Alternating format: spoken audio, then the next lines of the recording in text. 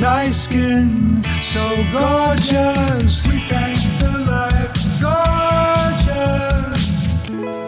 Thank the life gorgeous. I love the life gorgeous. Its torso is so tight. Ladies and gentlemen, welcome to Life Gorgeous. My name is Craigers, Mr. Craig Kilborn, and this is where I share my magical life in hopes of improving your life. Many of you know I grew up in Minnesota. I had a happy childhood. I say it once or twice a week. I'm going to up it to 3 times a week pretty soon. In 2024, I'll be saying I had a happy childhood 3 times a week. So a friend of mine, he is a local sportscaster, broadcaster. He wears many hats. We're going to find out all the hats he wears. People think he's funny because he is. He's also a nice guy, and he was a all-state tennis player. Ladies and gentlemen, they call him Gaardsy, Justin Gaard. How was that intro, buddy? Pretty good. Did we dissolve? Are we dissolving? I'm a fan of the pod. Did we dissolve in there? We've officially in post, dissolved. we're going to dissolve multiple times just for you to make you feel at home. I appreciate it.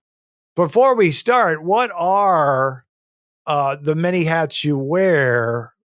Do you like Sportscaster? Because that's what you are, correct? I suppose. Yeah, sure. I'm fine with that. Yeah, I work with KFA and radio. You've had almost everybody on from the fan except me, so I'm excited. I'm excited that you got to me. I've not had Paul Allen on, and I met him. I met him at a Vikings game, and he said, "I'll be on the pod." So I'm going to. Can you get him? I'm going to try to do it. National treasure. Yeah, I'm going to try to do it during the bye week, probably. He might have time then. So. Yeah, I work with, Dan Barrero, who you've had multiple times on the podcast. That's my main job. That's where the bread is buttered. And then it's a million other things, Craigers. It's play-by-play. It's sideline reporting. It's a little bit of television. You've been on our TV show. Oh, that's right. Enough said. Local with I never understood if Lori Fisher, if she's a producer or on-air talent, or is she both? Is she wearing multiple hats? She is. I think she's stuck as a producer. She's an on-air talent that's stuck as a producer, and she just realized it. Right. 20 years into her career. She did a red carpet when the Super Bowl was here at the Jennifer Lopez concert. Oh. And it was like, Mario Lopez meets Ryan Seacrest meets whoever on Entertainment Tonight. I mean, she was in her element, but she's stuck behind the scenes too much for my liking. When you say play-by-play, you do go for women's basketball, or correct? And then it was so funny. I was at our Charlie Wyzetta, Charlie Swanson. I was at his house watching the Gopher game a couple weeks ago when I was out there, and there I see you sprinting to talk to the coach. I don't know if it was I think it was halftime. Halftime. Yeah. That's a tough gig, right? I mean, it can be. You got to find the coach. I've only lost the coach once. This is year 13. I've only lost the coach once where it was kind of like Lion King when there's the stampede and Simba's there and everything's going on, for the young people, Simba.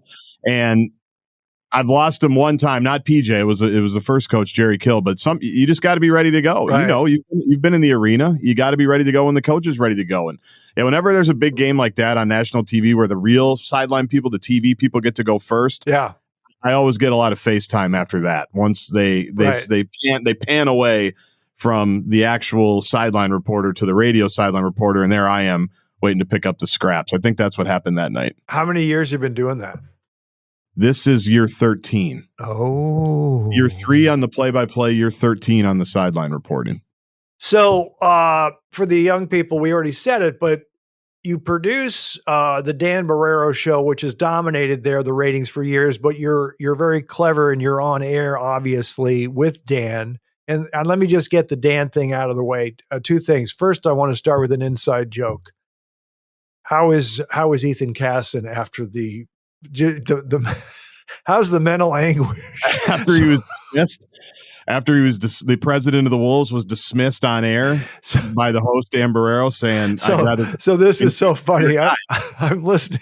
So it's a big announcement that the Timberwolves radio is coming to KFan, coming back. Oh, you don't say KFan, you say KFAN. Is that correct? KFAN. Yep. Okay. Don't know why, but that's what we do. Yeah. And I knew that Ethan Casson, who's kind of a legend actually, was going to be in studio. And then I didn't know Finchie, the head coach, was going to be in studio. So Dan asked Ethan 2 questions. Go, okay, I got to go. Let me focus on the coach. So it was unbelievable. It was unbelievable. Go ahead. Did he tell him in advance that he was going to do that? I think it was understood that we would rather talk to the coach as opposed to the president, the guy who runs the team, essentially, besides A-Rod, Mark Laurie, and Glenn Taylor. But that was frontal. Didn't you think that was kind of frontal? Like, hey, thanks for coming. We're excited, but we're kind of done with you. And I want to talk to Finchie now. I want to talk hoops. All I was hoping for is afterwards, when you said goodbye to them, that you went over and hugged Ethan. I was just hoping that you would take the lead. He needed a hug. I think he needed a hug because he didn't leave. It's not like you had guests, right? Like sometimes the first guest sticks around. Yeah. Sometimes they're involved. He was like the first guest that stuck around, but nobody included him. Like, nobody included him after that. I felt kind of bad. I did add one more thing on the Dan Barrero show. I know Dan very well, and I think he's very talented and he dominates, but he's not from Minnesota. He's from Illinois, Gary, Indiana, then the Chicago area. He's a Bears fan. And It's fun to see him tweet during a Bears game when they're up 21 or whatever. But I believe one of the reasons he's successful is he's not Minnesota nice. And I think the people appreciate that he tells it like it is, or he pokes and prods sometimes. Your thoughts?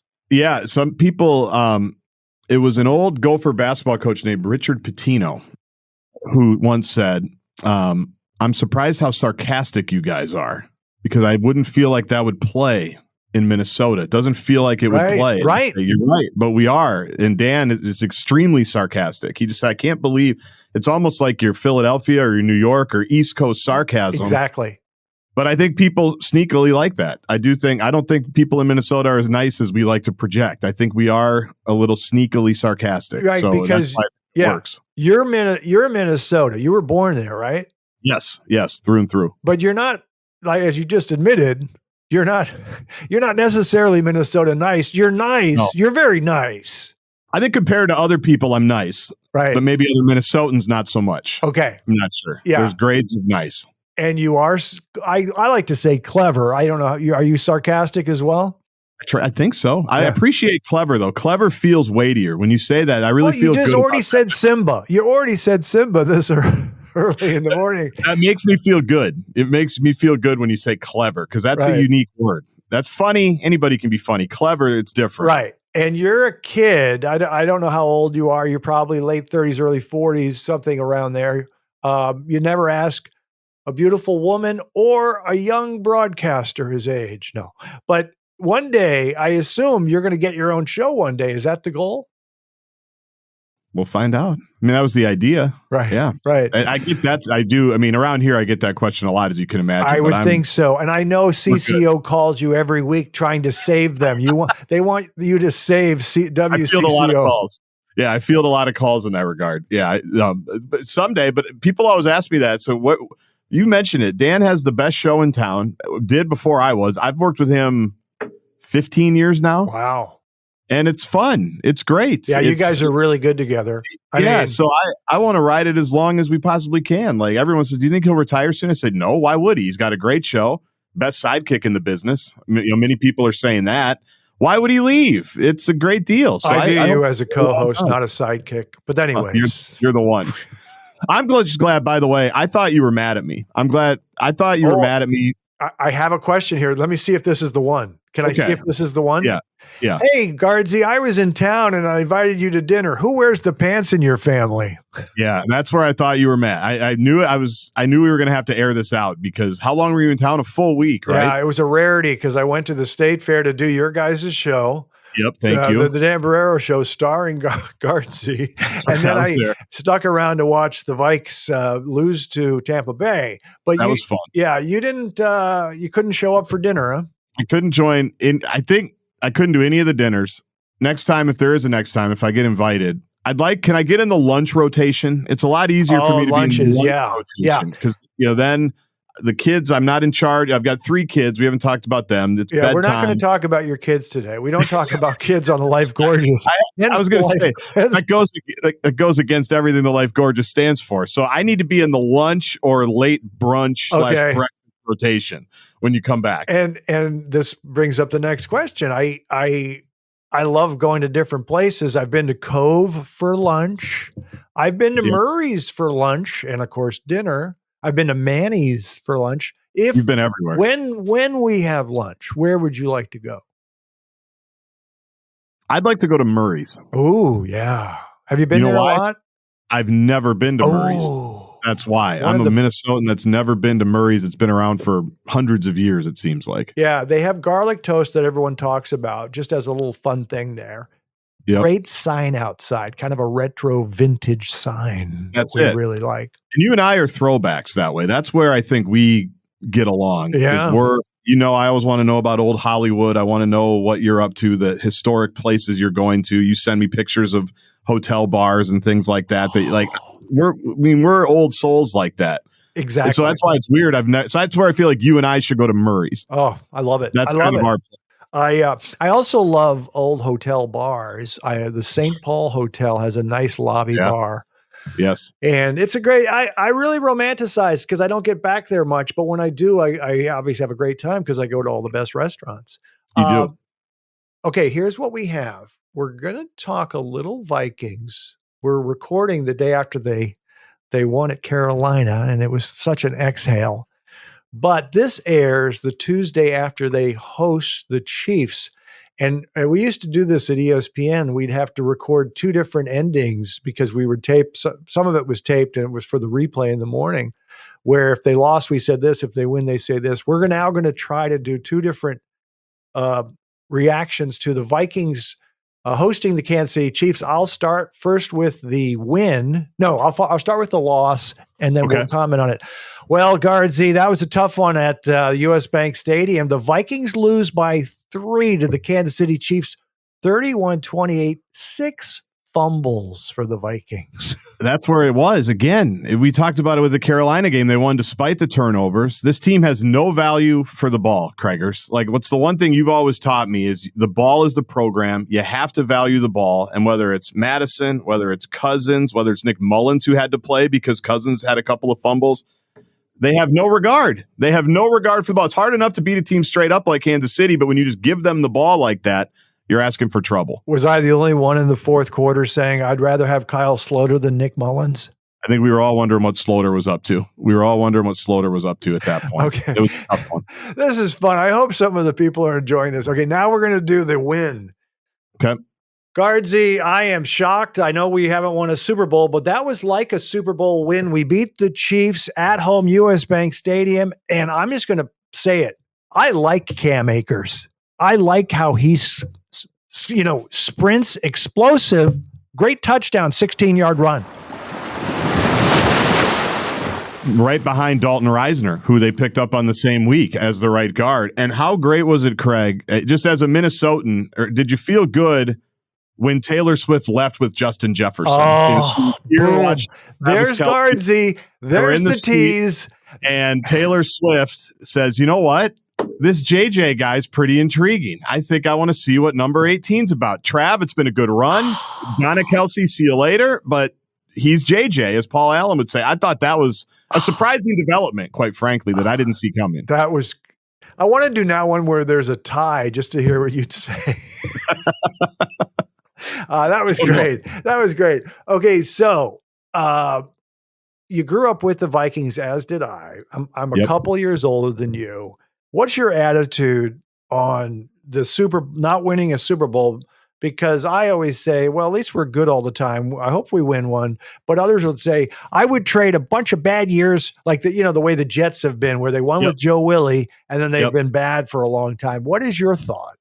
I always like being good. I'm with you. You and I agree on that. I like being in the mix. I mean, it's sad in a way that I think they're like the 4th highest winning percentage in NFL history, and they're the only ones that have never won a Super Bowl, and in my lifetime have never been to a Super Bowl. I'm 41. We revealed that earlier. I'm 41 years old. They've never been to a Super Bowl. They've had the '98 heartbreak. NFC title game. They obviously had Favre thrown across the body. We had after the Miracle a few years back in Philly. But they've never been to one. But I like just being good and winning the division. And because even like this past week, like, can you imagine right now being 0-4, like the Vikings? Like it's such a slow march and slog through the season.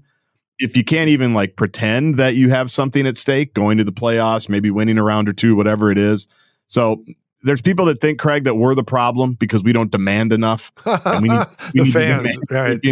Like the fan, like if you and I demanded more, we'd have all these Lombardis rolling around Minneapolis. But I always like being in the mix. And so it'd be nice to go to a Super Bowl one day. I hope I get to experience that. Right. I don't know when it's going to happen. I mean, it's crazy how many different teams have been to Super Bowls that aren't as successful long term as the Minnesota Vikings, but that's kind of our lot in life. Yeah, and I'm looking at the team this year. So we played a bad team yesterday. I was very surprised that Kirk threw that pass, the pick six. I don't know. I'm not, besides the turnovers, maybe I'm overanalyzing it. Okay, the defense is better. I like Brian Flores a lot. My favorite player I've said for years is Harrison Smith. He had a career game yesterday. Great game. But something's not clicking for me with the offense. And I don't know what it is. And I'm not talking about the turnovers. I'm talking about, I hate 3 and outs, Gaardsy. Right. But what's going on with the offense in your opinion? I still don't think they're blocking very well. Okay. Kirk still seemed like that pick against Carolina.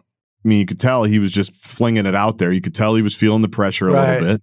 And that's his biggest problem, like every quarterback. And they finally ran the ball fairly well. Yeah. Akers was good. Madison was good. I think that's been their biggest problem offensively is they haven't been able to run the ball. And whether that's because they don't have a Dalvin Cook guy, because Madison's maybe not as good as that. They obviously brought Akers in for a reason because they wanted to have a different look and another game there. So to me, Craig, that's their biggest problem is they haven't consistently run the ball.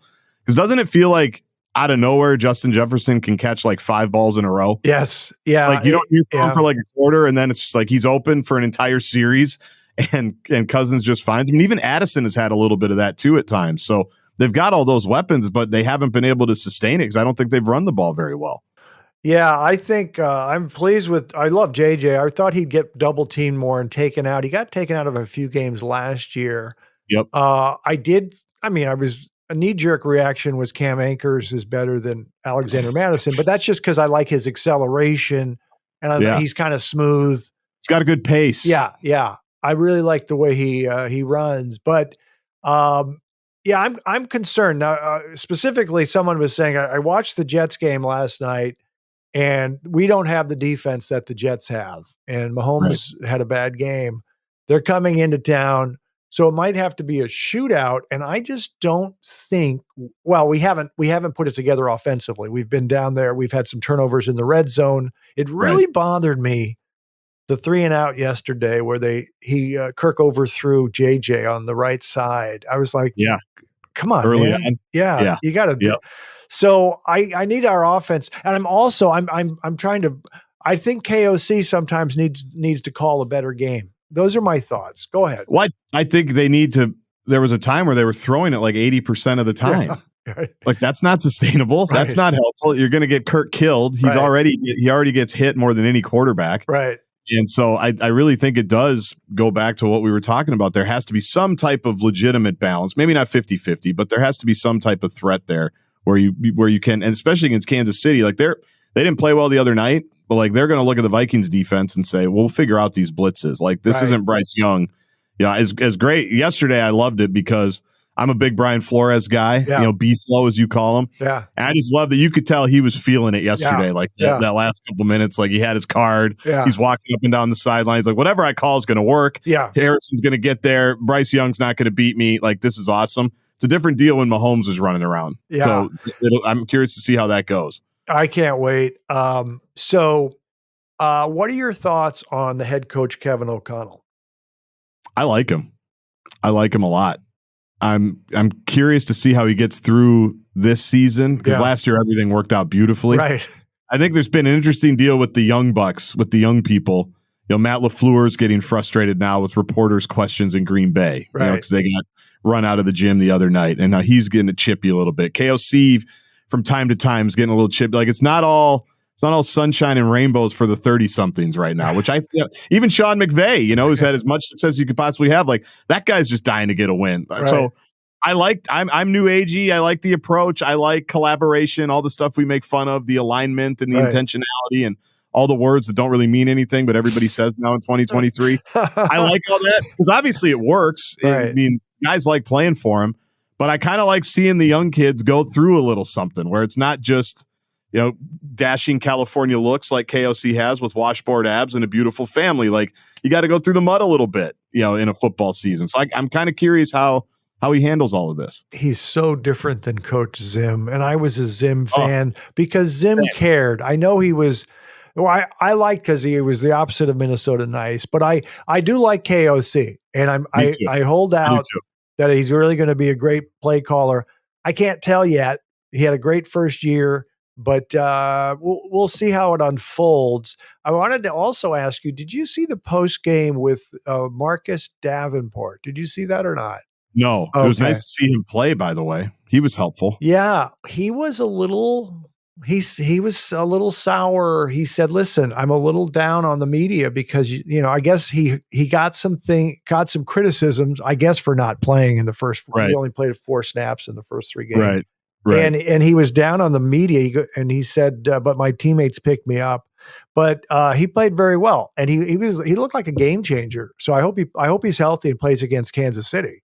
Well, that's always the tough part. Is the reason why people were annoyed is because he was brought in to do what he did yesterday. Exactly. And when there seems to be this disconnect, where is he? Why isn't he practicing? What is going on with this injury?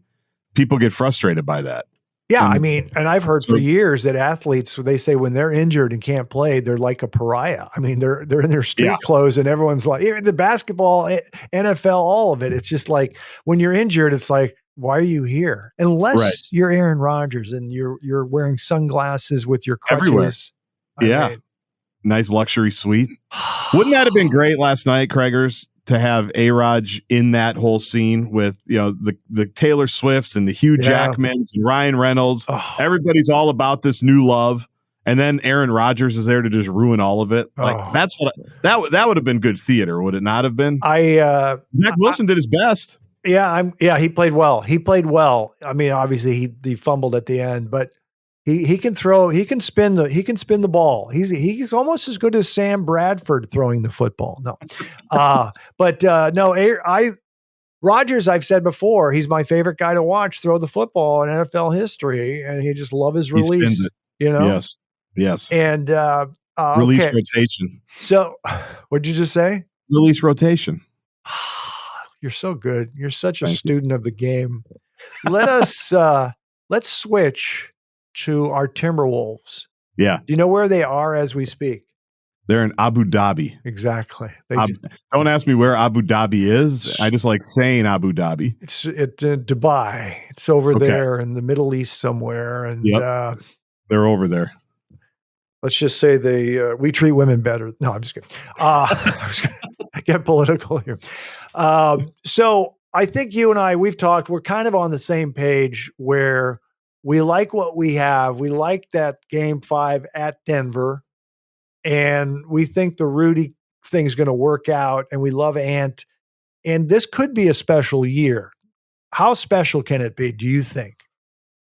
Can we just first of all, I love when you tell Michelle Beadle and Ryan Russillo how special you think the year can be. And I just like how there's a pregnant pause from each of them going, this guy's lost it. Yeah. How am I supposed to react to this? Especially Russillo, where he's like, and Russillo's got a great podcast. I don't know him. You know that I'm a fan of his. Right. And I just love that he's like, I'm on Craig's pod. I'm not going to take him deep on this, but this man has lost it. Yeah. He's lost it about the Timberwolves. I appreciate that. They don't they don't follow the team like we do. So They don't understand. They're like, Rudy Gobert. Okay. And then I want to say, well, would you rather have Rudy Gobert or Miles Turner? We didn't know Rudy was available. Do you know that we've been thinking about Miles Turner for a while, or That's Clint right. Capella? And, but they don't know. They don't see it like we do. No. They don't see it as clearly as we do. But to answer your question, I'd like to get a healthy season out of everybody, or a healthy, because that's what I think people are forgetting. Like, everybody likes to dunk on Karl Anthony Towns, and I get it. I understand why. Because sometimes he's his own worst enemy with things that he says and the referee stuff. We don't like any of that. We've talked about all of this. But the guy was third team All-NBA 2 years ago, and was really good. I mean, probably the biggest reason they made a jump a couple of years ago was Karl Anthony Towns. And so I'd like to see him healthy. I'd like to see him with Ant. I'd like to give Finchie some time to figure out the Gobert thing. I don't think he's as bad as he was a year ago. I'm not as offended by all the picks that they gave away. Now, I will say, when I watched the Jazz come through town and Walker Kessler had like 22 and 22, like right in our face, that hurt. That stung. That was a tough moment for your guy. That was a tough one, because that was tough. I'll admit that was tough. But I just want to see everybody healthy and see what they do. And because I do think they're going to have a nice season. Do I think they're going to win the title? No, but you and I have always talked. This team got here when I was like 7 or 8 years old. I'm just happy we have them. Yeah. I love when they're relevant. The 90s were fun when you were hanging with the team and doing all that stuff with KG. Like, I just want to get back to that. Yeah, I am grateful we have a team. Now that we're good, I try to be realistic, and I just look at the other teams and who can we play with the best teams, and I believe we can. We can play with Denver. I don't know how good Phoenix is going to be, but I just don't think the national media doesn't know. Like, for example, Sacramento finished third last year. Well, we always beat Sacramento in the regular season. So and they were healthy the whole year. Yeah, exactly. They were maybe the healthiest team in the NBA. Yeah. Why don't the Clippers get dunked on for their trades that didn't work out? Like, only we get dunked on for the Gobert deal, which I get it. It's not Paul George. It's not Kawhi Leonard, but has that worked out beautifully for everybody? There's been a lot of picks that have gone back and forth between a lot of these teams. Anybody that's traded for Kyrie, some teams that have traded for KD, like, it hasn't all worked out beautifully. Like, teams got to take swings when they have a chance. Right. So I'm being greedy. People always say how many wins. And I said, I don't care about the wins.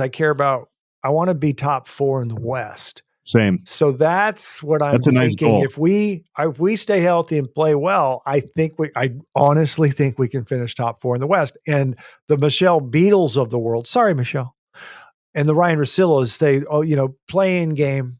They're fighting for a play-in game again. Yeah. So I think the Wolves are, I think they're going to do well. I can't wait. I'm just, I'm excited for the season. Yeah, top 4, top 5 would be fun. And the one thing, and I think they're aware of it, where I don't let them off the hook, is there were too many games where they literally just didn't show up last year. I mean, if they against the bad teams. Well, yeah, and I know it's a long season, NBA, that happens, but when you're a team that honestly hasn't done anything, right? I mean, they've won a couple play-in championships.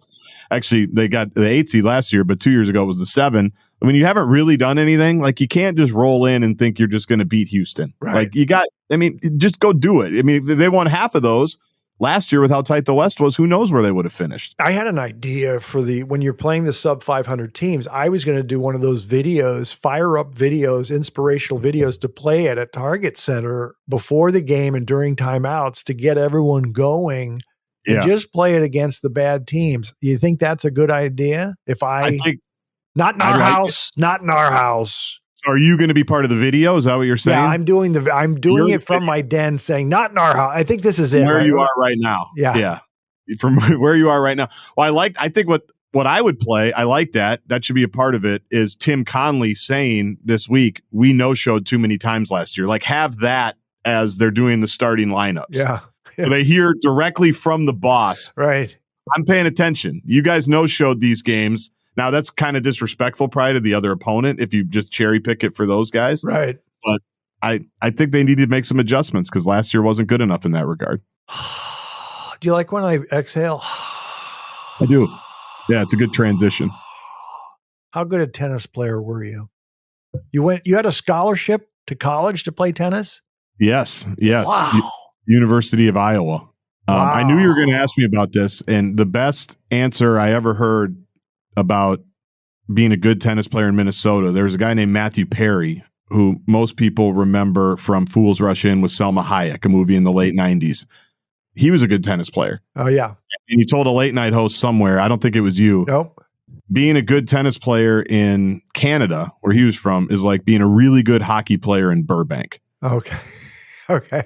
Being a good player in Minnesota, it's good. It's helpful. You get a scholarship, but like Andy Roddick's not afraid of you. Right. Fish, Okay. Marty Fish, Minnesota guy who moved down to Florida. But yeah, that was my sport. That was one of my sports growing up. Interesting. Because I was a really good basketball player in Minnesota. And I had a thought, because we're all allowed to dream. And I said, I'm going to do for Montana State what Larry Bird did for Indiana State. That didn't happen. Didn't end up happening. No. So did you not think you were going to like take the world by storm at Iowa? No, not really. Were you singles or doubles? You play both in college. High school, I was singles. Okay. And in college, you play both. You can play both. Most players play both. When did you start playing tennis? Probably when I was like 7 or 8. Were you good from the beginning? Did you take to it? I took to it. I liked it. I enjoyed it. Yeah. And my dad didn't play, but he liked it. And so I would always hit with him, and my sisters played, and I had a lot of good coaches. And yeah, it was great. It was great. I still play, believe it or not, a little bit in the summer, some charity stuff. Did you shovel the tennis courts in the winter and just hit the ball, or did you just play indoors? Yeah. No, there are no indoor courts. Yeah. I did find out by like North Dakota and South Dakota, there's like 12 indoor courts in both states combined. And I'm only up by a little. But Minnesota, we actually have a few. Now they're all pickleball courts because that's taking over everywhere. But yeah, you shovel the driveway out, you get your dad's, you get the truck and you put the headlights on in the driveway and you just hit against the garage. And that's how you grow them tough. That's how you handle it. How was your second serve? You're only as good as your second serve, Craigers. Oh. So it was pretty good. Okay, that's why I'm bad, because I can do a lot, but I just tap in the second serve so I don't double fault. But I don't have a good first serve either. You're only as good as your second serve. Yeah. What about your backhand? One hand or two hand? Two. Ooh, it was two. Yeah, it was power nice. That thing. Yeah, it was still the shit. I still got that shot. Yeah. I still have that shot even 25 years later. So you're too young to remember, but Borg versus McEnroe was pretty special in the 70s. Yep. And I was a Borg guy. I thought, McEnroe was a brat. He was a complete brat, unbelievable at the net with his hands.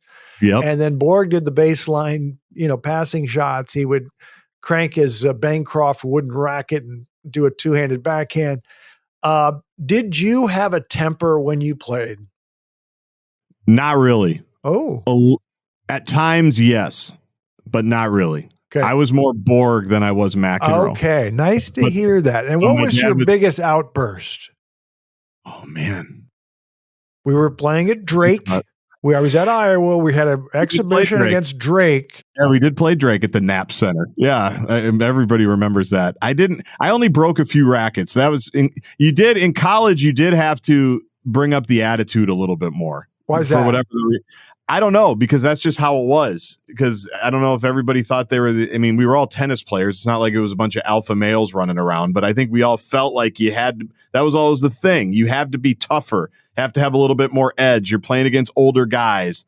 They're probably cheating, so you need to be mad about that. Yeah. Even a friend of mine, when we were playing at Wisconsin, he went to Wisconsin. He came out to watch me. A buddy I grew up with. He goes, you're kind of a jerk now. Like what happened? Like you're a lot different than you were like 2 years ago. I said, this is what they put you in the arena and this is what happens to you, man. So they have in the match in college, they have an umpire for you, right? Usually. No? Yeah. Okay. Wait a second. Or there's like a couple that are bouncing back and forth between courts. So how many arguments? If there's no, what about when so you're saying the opponent can call your serve out, your ace Absolutely. out? Oh Absolutely. My God. What do you do? What do you do? You complain. And then if you complain enough, if it happens enough, then one of the officials will come over and they'll have to squat on your court. They call them roving officials. Right. There's usually a couple. For bigger matches, they'd have one in every chair. Okay. But then if that's happening on court 2, then court 3, what's going on over there? Someone could be cheating over there. Like it's a mess. Wow. It would get messy from time to time. That's no fun. No. Did you have Michael Costa on this podcast? Oh, yeah. You did, right? A couple times. So he was at Illinois when I was at Iowa. Oh. He would not remember me because Illinois was national championship type team. Yeah. But he was incredible, an incredible player. and he was insane. He was just, there was all kinds of, antics going on in his court. I got to ask him about that. You do. And he wouldn't remember me because I was not memorable, especially when we played Illinois. But he was, I think my freshman year, he was a senior on that team or something around there. So it's been fun to follow him. But he can tell you, it's when they're playing Ohio State for the Big Ten title, it's a mess. Wow. It's an absolute gong show out there. Do they do the sometimes if I think they would penalize the pros if they argue too much or they do something. Yeah, code violations. Did they do that in college? Yeah, they can. I don't think I ever really got much more than a warning. I would take it down a notch. So you're not quite Mike Conley, never gotten a technical, but you're a pretty mellow, but maybe not too mellow. I guess you're appropriately competitive and feisty. Trying to be. Yeah. Did you have a favorite tennis player growing up? Andre Agassi. Oh, okay. My generation. Yeah. You're not an Andre guy? Were you more Sampras? His little mincing little steps as he walked around and pigeon-toed. Yeah, he had to get where he needed to go. He was okay. I like his wife. Steffi was my favorite. Steffi was great. She was my favorite female tennis player. No, I like Borg. There was a guy prior to those guys with Borg was a guy named Guillermo Vilas. Yeah. The Willie from the Pampas down in Buenos Aires, and he had a huge left hand forearm, and he was very good on clay. And was he good on clay or grass? He won the 77 U.S. Open. But anyways, he was good on clay. But you want my McEnroe story real quick? I have one John McEnroe story. Yes, I love it. I don't know if it's interesting or not, but you mentioned that it's his, kind of how he is, how he rolls. They were here for an exhibition in 2003 at the XL Energy Center where the Minnesota Wild play. I just started at the Fan, and so I wanted to go and watch it. It was David Wheaton and Marty Fish and James Blake, and I'm a tennis guy, so I went to watch it, and as they do, they say, why don't you go get a couple of interviews? Why don't you go try to get, this is John McEnroe, and you're listening to the Fan, the liners we ask everybody to do. So I'm ready to go. I'm 21 years old. Press conference happens. I run outside to the hallway. I'm going to wait for John McEnroe to walk down the hall. I'm going to say, Mr. McEnroe, would you mind just taking 30 seconds for the Fan? I'd like you to read this, and then I'll leave you alone. I say all of that. He walks directly by me about maybe 10, 15 feet after he gets by me. He turns around and says, yes, I would mind. Continue to go. Good. That was it. All right. Thanks, John.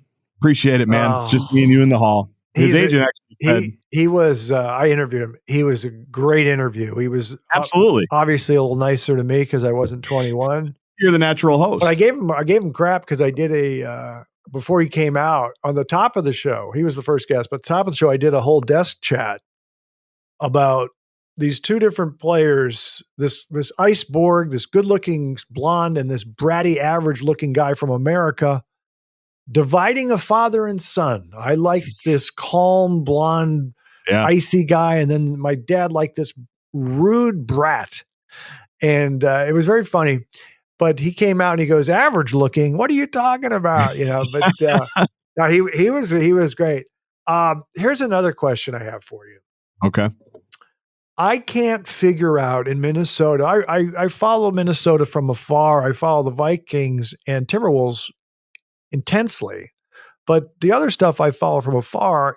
And it seems like when there's a musical act, Mark Rosen and Gaardsy and Ryan Tankey and everybody, we're going to go see Lionel Richie, or we're going to go see Luke Bryan, or we're going to go see, it's like, it doesn't matter if it's country or pop or rock.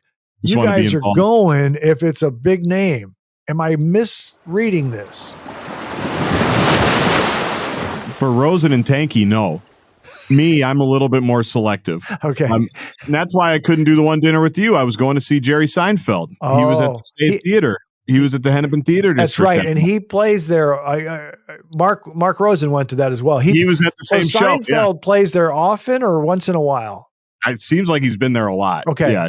He comes to Minneapolis quite a bit. He's brilliant. He's brilliant. Absolutely. And he called you funny once. Yeah. I remember that. I remember listening to that in New York. Yeah. So he's brilliant. So that's fine. Back to the music. So what kind of music do you like? What you would expect a child of the 90s to like. Rap? The Counting Crows, the Dave Matthews Band, the Dr. Dre, the Eminem. Okay. Anything that Carson Daly was was ramping while you were doing the Daily Show, just down the street. Right. Anything Carson Daly was talking about, about a block or two away at MTV, that's what I was listening to in the late 90s, early 2000s. The Limp Bizkits, the DMXs, the Britney Spears, the NSYNCs, all of it. I like anything from 95 to 2005. Interesting. You ever heard of a group called, what was that? I won't be able to remember it. You Get What You Give. What's that song? You Get What You Give. You Get What You Give. Yeah, I know that song. That's a good one. I'm going to look it up. I can't remember their name. But anyways, you're looking it up. This is what you do. I'll look it up. Yeah, this is what you do. This is what I do. So you don't like country western, correct? Not a ton. Good. Not a ton. I mean, for all the country fan, it's fine. I mean, I just thought it's fine. I thought you went to Luke Bryan. The New Radicals? Are you talking about the New Radicals? New Radicals. Yeah, they were in that. They were in the KDWB wheelhouse. One of the stations that we work with now. Have you ever listened to jazz like Miles Davis, or is that not something you do? Only in the time when you re-entered our lives. Okay. Because you were with us in the early 2000s, and then you weren't for a really long time, and then when you resurfaced with us a couple of years ago, said I need to get on Craig's level. I need to start listening to some of this jazz. So I would for a little bit, but I don't have like a turntable. I don't have any vinyl. I don't do the vinyl. No, I don't waste time with that. I just want to hear the music in the morning or in the evening. Yeah. And do you ever put on, I actually asked your friend Michael Costa this, and I'll tell you what he said. Gaardsy, you ever put on a blazer and go to a piano bar and have a martini? I never have. Oh. I know where I would go though. Where? I would go to Nye's Polynesian Room is where I would go. It's not a piano bar as much. It's kind of a folky polka type place. I remember right, but I think they have a piano. Well, you said Polynesian. Do they have the umbrellas then in the drinks and all that? I think they do. Yeah. It's been a while since I've been there, but that's where I would go in Northeast Minneapolis. Oh, that's with funny. A blazer. So Costa, I asked him, and he goes, short answer, no. And he goes, I like blues. I like blues. I want to hear people talking about they can't pay rent. And so he'd like more of a t-shirt and beer guy going to listen to the blues, which is great. I can do that. I've been to biker bars, young people, and I go into the biker bar and I go over to the jukebox and I play Careless Whisper to watch everyone look at me. But anyway, did you ever do the Sturgis Bike Rally in your travels between Minnesota and Montana? Tell did me you what ever that stop is. out there? I don't even really know. I just know it's a big motorcycle party in South Dakota, in Sturgis, South Dakota, off I-90 or somewhere that happens early August every single year, and it's crazy. It's insane. I've never ridden a motorcycle because of how dangerous it is. Have you ever been on a bike? No, I'm exactly like you. Yeah. We're sensible people. Yeah. What about a snowmobile? You ever been on a snowmobile? I don't think I ever have. Really? Which is surprising as a Minnesota. My wife used to ride a snowmobile to school every day because she's from the country up north, and that's what they do apparently. I didn't have that upbringing. My father, we moved from New Jersey, and he called snowmobiles an expensive toy. Didn't take them seriously. We never had one. I was on the back of one. They were fun though. But of course, they're anything fun to ride. When you're a kid, when you're 9 years old, anything with a motor is pretty fun. Like there was a time, this is pretty sad. I had that great banana seat bike with the sissy bar and everything, and I would ride around and I was dreaming about a mini bike. I had somebody in the neighborhood had a mini bike with a little motor, and I said, I want to be on a mini bike. Of course, I never got one because we didn't do that kind of stuff. You ever have a motorized little mini bike or not? No, but people in my neighborhood did. Yeah. I was with you. I was never really allowed to do that stuff because of the injury risk, which is fair. Right. I remember being at someone's cabin riding on like a 3-wheeler or 4-wheeler something, an ATV, and I remember taking it and crashing it essentially and almost killing myself. Like I shouldn't have been doing things like that. Right. No, but I was just regular bikes for me, Craigers. I'm going to, since we're on my childhood, I'm going to run things by you. You had a good childhood, a happy childhood. I don't have a sweet tooth, but we used to take, there was this place called Heidi High Pop up in Hastings, where that was just the name of the pop place. They had all these different flavors of pop besides root beer and cola and everything. They had cherry pop and pineapple and orange and grape. And for some reason, I liked a little something called cream soda. Yeah. Did you drink pop? We called it pop as a kid. Too much. Yeah. Our generation was Mountain Dew and Doritos. That was like I had a buddy of mine, the after school Scott snack. Foster, my friend from Hastings, would have the orange soda and a bag of Doritos. Go down in the basement and we'd listen to Tom Petty. That's It's 100%. Yeah. Doritos, and they remember like the cubes, the 20 when the cubes of pop came out, 24 packs. Oh, and wow. So you just have the cube, you'd go into your buddy's place, it'd be in the garage, you'd grab a couple of Mountain Dews, you'd grab Doritos, you'd go downstairs, you'd go play video games, or you'd go listen to music. What a sick way to live. And it was still got to be an all-state tennis player despite that I know. horrendous nutrition right there. Shows you how good the coaches were. So we put the soda pop on vanilla ice cream, the little float. We called it, instead of a root beer float, you'd have an orange float, like a creamsicle or whatever. So Whimsical. sugar was although my mom would not buy the Captain Crunch or the Lucky Charms.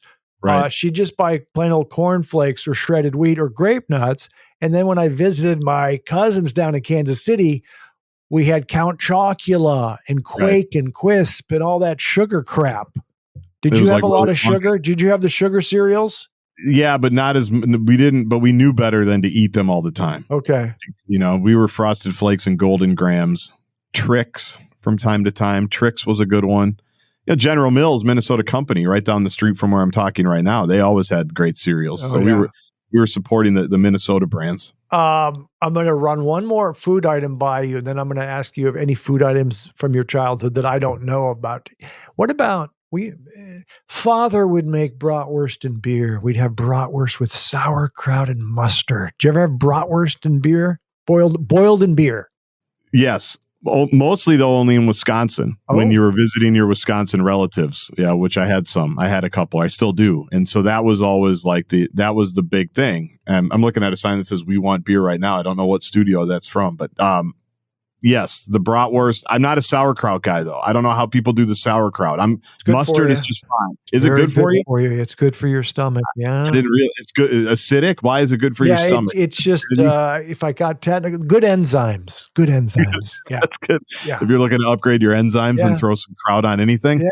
So that's what the brats were good. The brats were outstanding. And they are better in Wisconsin. Like I do. Oh yeah. God. I do think there is something about the ambiance and the vibe there that makes it better. There's an aesthetic to it. I didn't get to Wisconsin much, except we were right on the border, Prescott, Wisconsin, where the drinking age was 18, but I didn't take advantage because I wasn't a drinker when I was young. I was a ball player.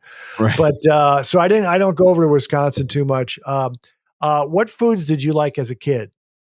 Man, I wish you wouldn't hit me with these hard hitters. I wasn't prepared for these.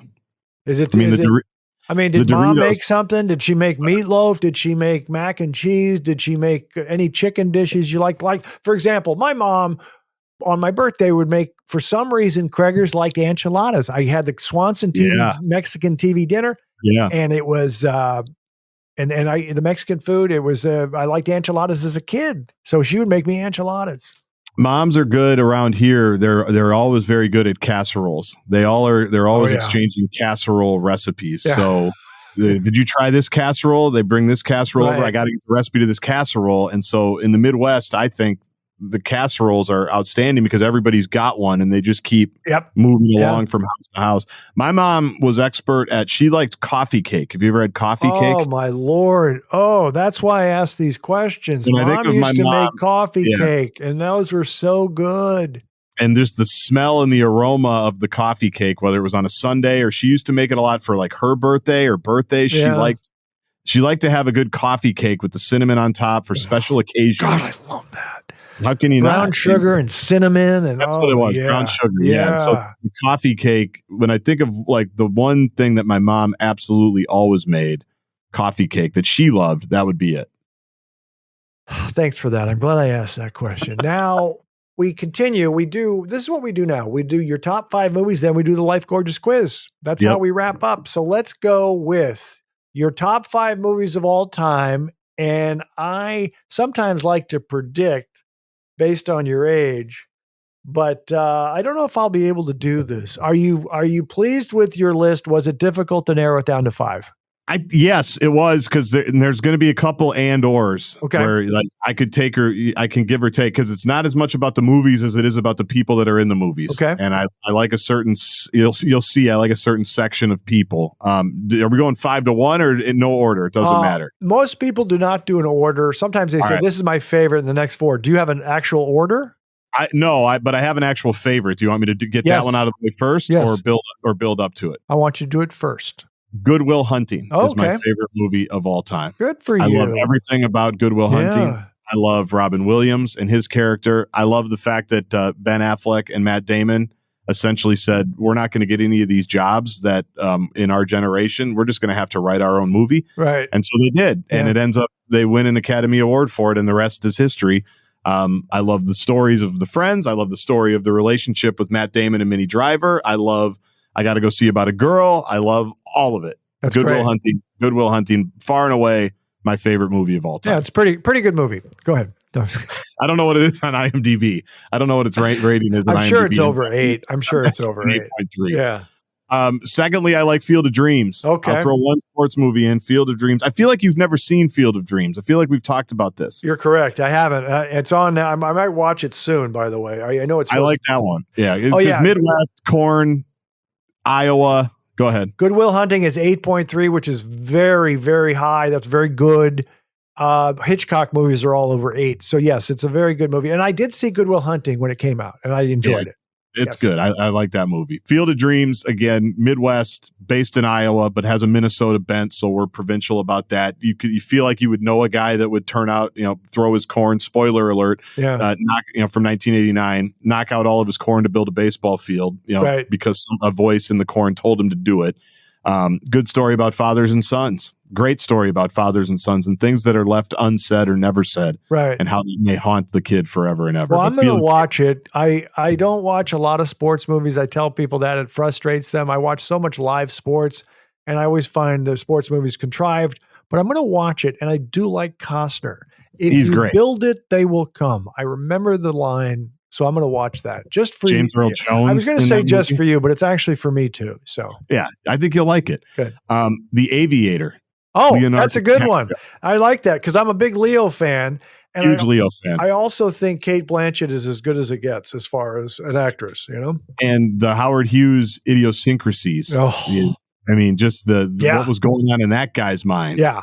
All the time. Yeah. Great movie. In fact, I like that movie so much that I hold it against Hilary Swank and $1 Million Baby because they cleaned up at the Oscars that year. Your guy Clint Eastwood. Yep. I was watching the Oscars, and this is when I watched the Oscars a lot, and I was just in shock that the Aviator, what is happening, that my guy Leo in this movie is getting run out of the gym by $1 Million Baby. And I'm still, as you can tell, this is almost 20 years. It still affects me. Right. But that's how much I like the Aviator. What a great movie. Yeah, that was good. That was great. That was great. All right. Ocean's 11. This is where it gets weird. This is where it's gonna get off the path a little bit. Again, Damon's in there, Clooney, Pitt, all the guys. Yeah. Good heist film. Julia Roberts. Right. Vegas. My last two they're from a time in your life where you aspire to be these people. Okay. Right. So you aspire to be Danny Ocean. Right. You aspire to be the crew that's going to go to Vegas and knock him out. I could have put Hangover in here too. Right. I could have put Hangover in here. It's a different way, but you aspire to be those people. So I put Ocean's 11. And then my last one, I mean, it could have been Old School because of your cameo, but it's going to be Wedding Crashers for Vince Vaughn. Oh, Vince Vaughn, Owen Wilson. You don't necessarily aspire to be the characters that they were in this movie, but you were at the age where you could see it happening.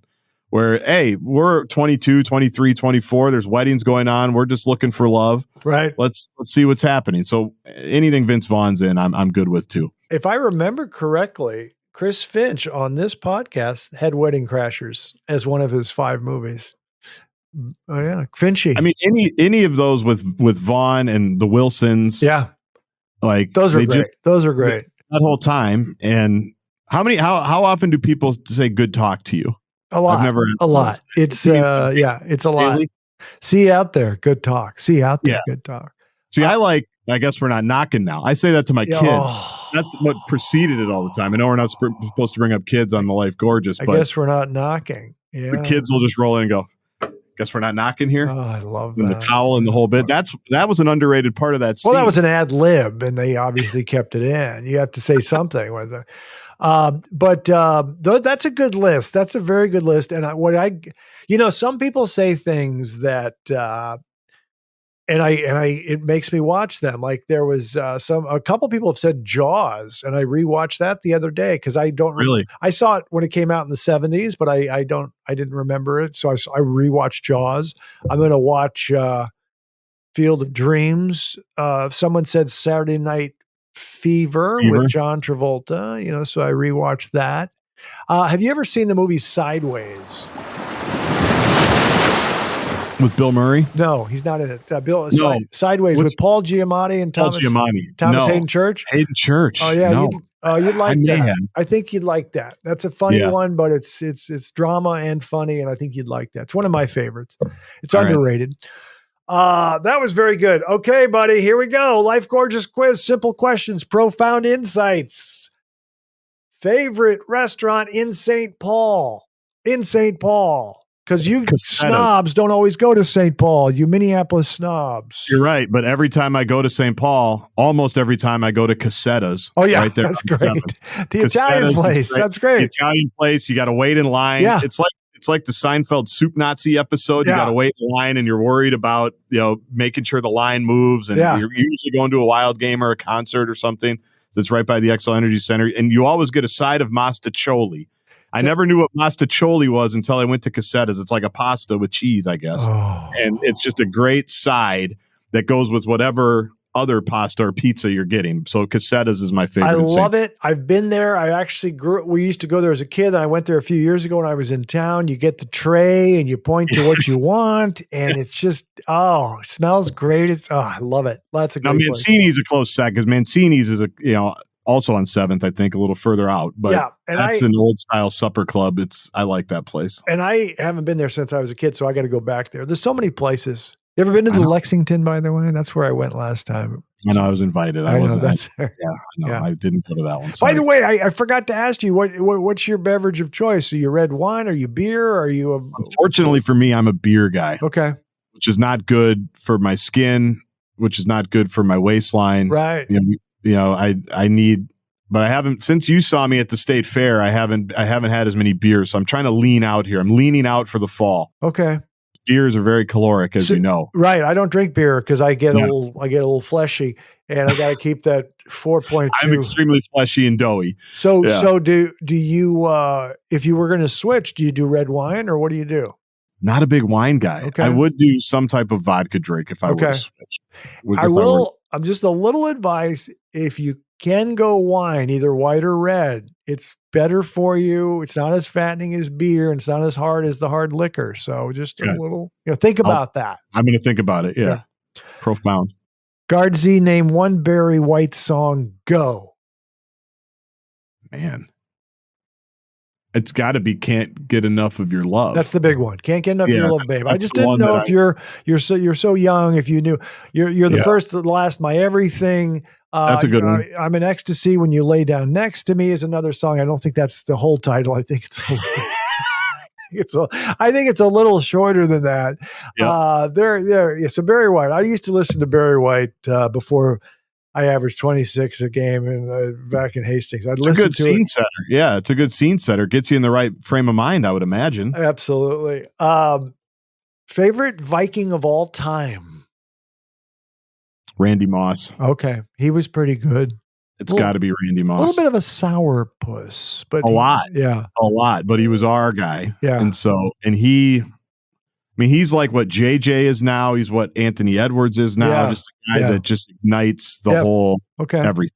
So, and I was 14, 15, 16 when he was coming out. So it'll always be Moss. Next question.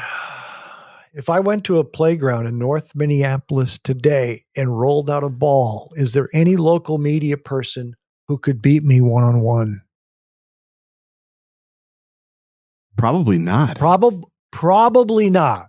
I'm is trying the to correct answer. Yeah. It's not no one. It's no one. It's no one could beat you.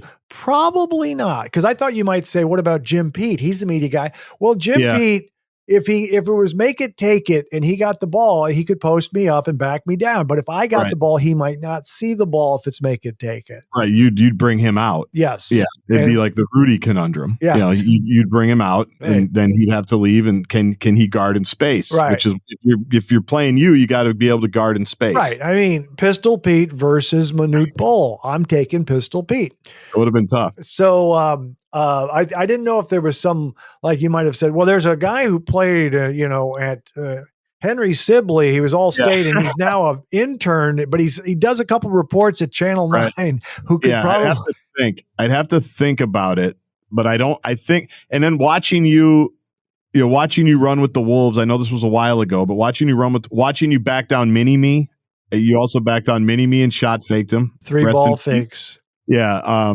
don't think I think that joke would probably not be allowed today. Who knows? No, it wouldn't. And I regret I even brought it up because now I'll probably get canceled. But it was, but you were playing for keeps. You were playing to win. One of my 5 questions to Bob Costas was, how many ball fakes here against Mini-Me? And I went,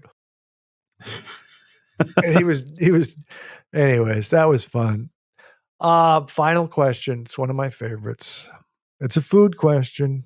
Yeah. 3 favorite sandwiches of all time. There's a place called The Loon here in downtown. Oh, I know. Yeah. It's famous. Yeah. It's absolutely famous. They have a sandwich called the Loon Addict. And it's a chicken sandwich with some Swiss cheese. It's got some mushrooms on it, some type of bun. And then you can get it with fries or chips. I like to get it with chips. Okay. So I would say the Loon Addict is probably right up there. I like that. What do they put on it? Mayo or mustard or mayo? Probably mayo, right? Probably mayo. Yeah, maybe both. I'd have to think about it. Okay. I haven't had it in too long. That's unfortunate. Maybe you go back there, order that, and get back to us.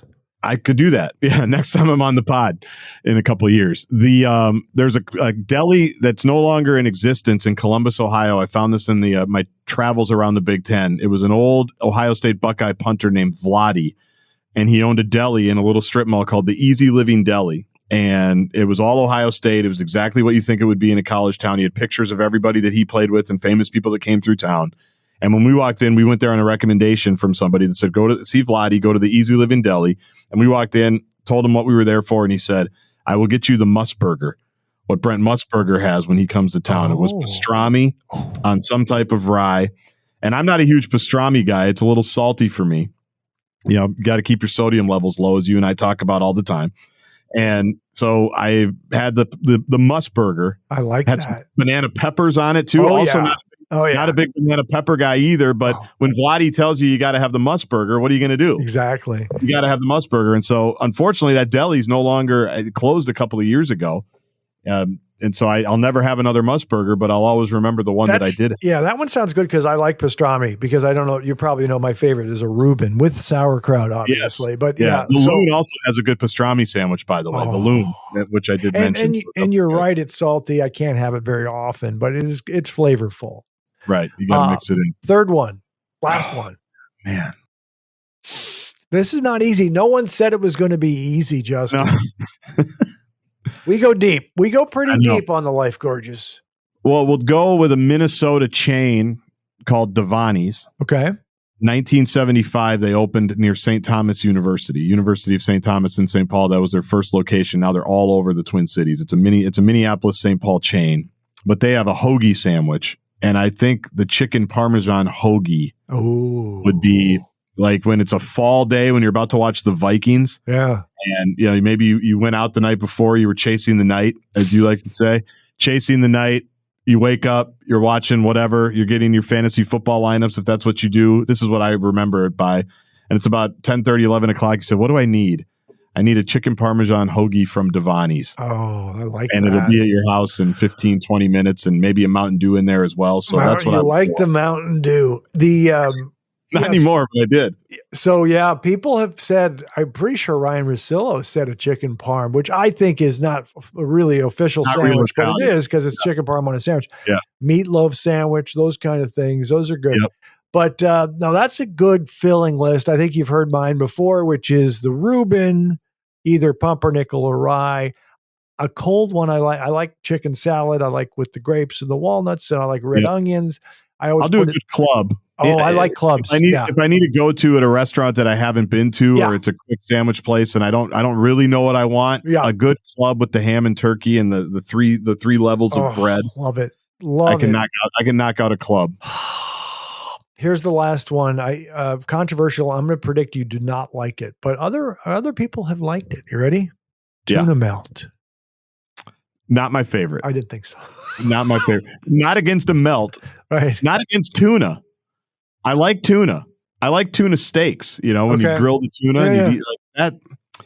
Something about when you put them together. I don't know. I don't know. I don't trust it. Is there mayonnaise in it? What else is in there? I don't know if I trust it. Yeah, it's mayo. You put cheddar cheese on there. It's toasted. It's grilled. Maybe I'll rethink it. Oh, it's so good. It's so good. It's anyway. Thank you, sir. That was fun. I hope it was. Thanks for having me. Yeah, the Justin Jefferson left with Taylor Swift. That was about an hour ago. Go back if you missed the best part. That was great. Good to see you, buddy. I'll talk to you guys soon on the KFAN. Go Wolves. Thank you, sir. Ladies and gentlemen, that was Justin Gaard, aka Gaardsy, Minnesota nice with a little bit of spice. Just came up with that. That's our show, ladies and gentlemen. We'll see you next time. And remember, young people, I'm proud of you.